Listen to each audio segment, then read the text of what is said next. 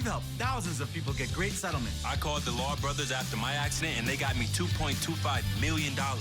We're the Law Brothers. Call 1-800-222-2222. Watch Off the Clock today at 2 on KTLA 5.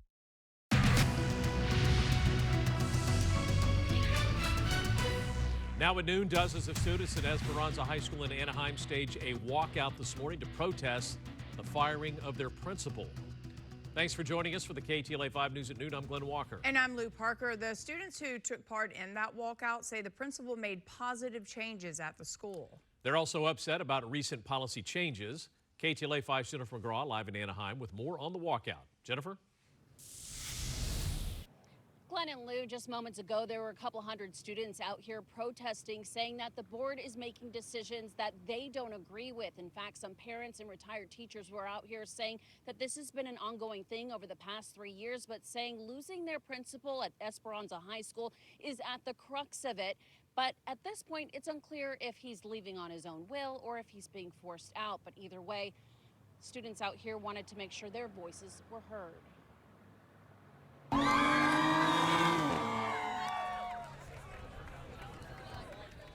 Esperanza High School students say they reject what they call politically motivated release of employees, particularly their high school principal. They say it's a school board that is politically divided. A parent tells me current board members have ideologies of putting religion in the curriculum, limiting access to books and other educational materials. As we've heard from parents earlier this morning, unfortunately, the Board of Trustees cannot comment on HR issues.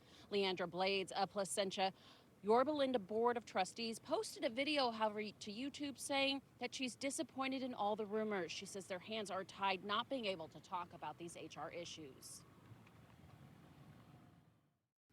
People who are going onto social media and they're putting things down as an anonymous poster, and then, like really trying to stir the pot and still pushing a narrative that people are being fired who are actually not being fired. I want to say that there was like 5 or 6 people this weekend who, people were claiming was being fired and they actually weren't.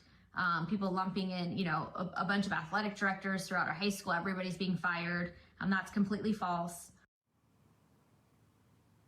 And speaking of those athletic directors, they say there were 2 part-time positions that the school district made 1, which is in line with the other schools in the area. She also says last week, Anaheim School District laid off more than 1,000 teachers. She says that they don't want to be doing that here in their district, and that's why they're trying to make changes now to avoid budget cuts in the future. Live in Anaheim, Jennifer McGraw, KTLA 5 News.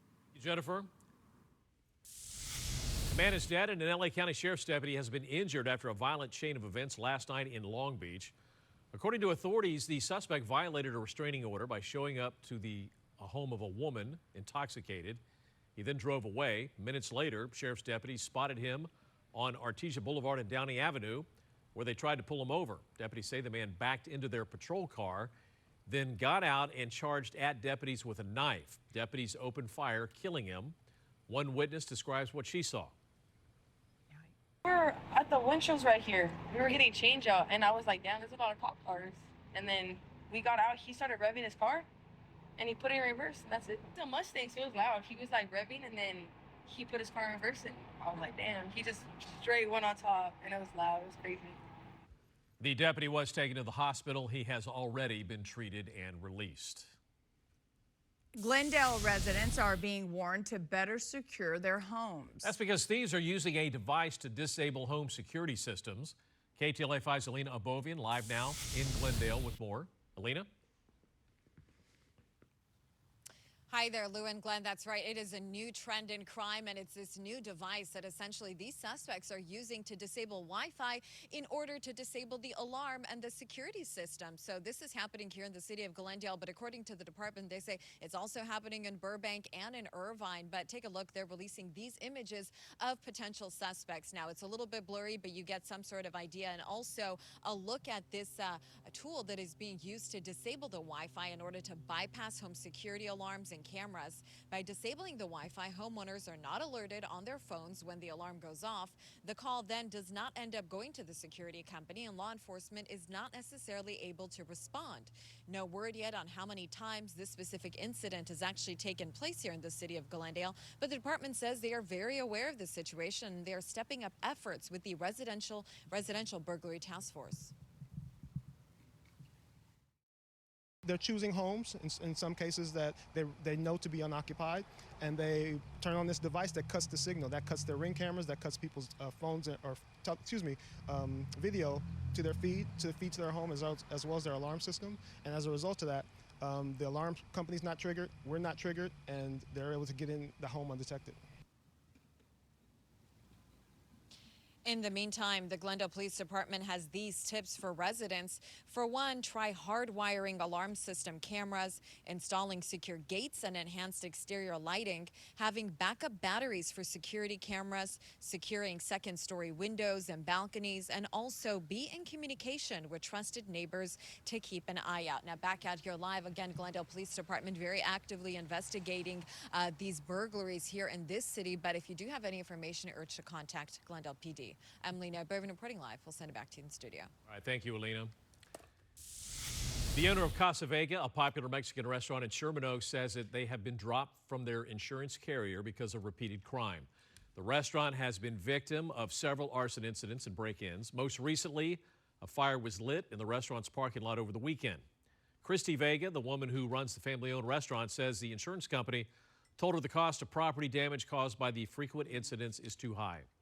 Vega says it's time for the city to do its part and protect the neighborhood before it gets destroyed. 3 young boys suspected of robbing a Houston bank are in custody. FBI Houston released images of the so-called little rascals who are 11, 12, and 16-year-old boys. They are facing charges of robbery by threat. The boys allegedly robbed a Wells Fargo bank in Houston last week during spring break. It's not known how much cash they got away with or if they had any weapons. Well, Metrolink and Amtrak trains are set to resume full service through San Clemente starting Monday. Meantime, Amtrak is already resuming partial service today. It's been nearly 2 months since a landslide forced both trains to suspend service through that area. The collapsed hillside damaged the pedestrian bridge and piled debris onto the train tracks. The emergency work building, a containment wall, is expected to be completed this week. And still no winners in the Mega Millions lottery. Can you believe it? $977 million now up for grabs in the next drawing. Only 5 previous jackpots in the game's history have ever been larger. The next drawing for Mega Millions is Saturday. But if you can't wait, you could try your luck today. Tonight's Powerball jackpot sits at $687 million. Breaking news in Hollywood Hills, a massive tree has toppled over.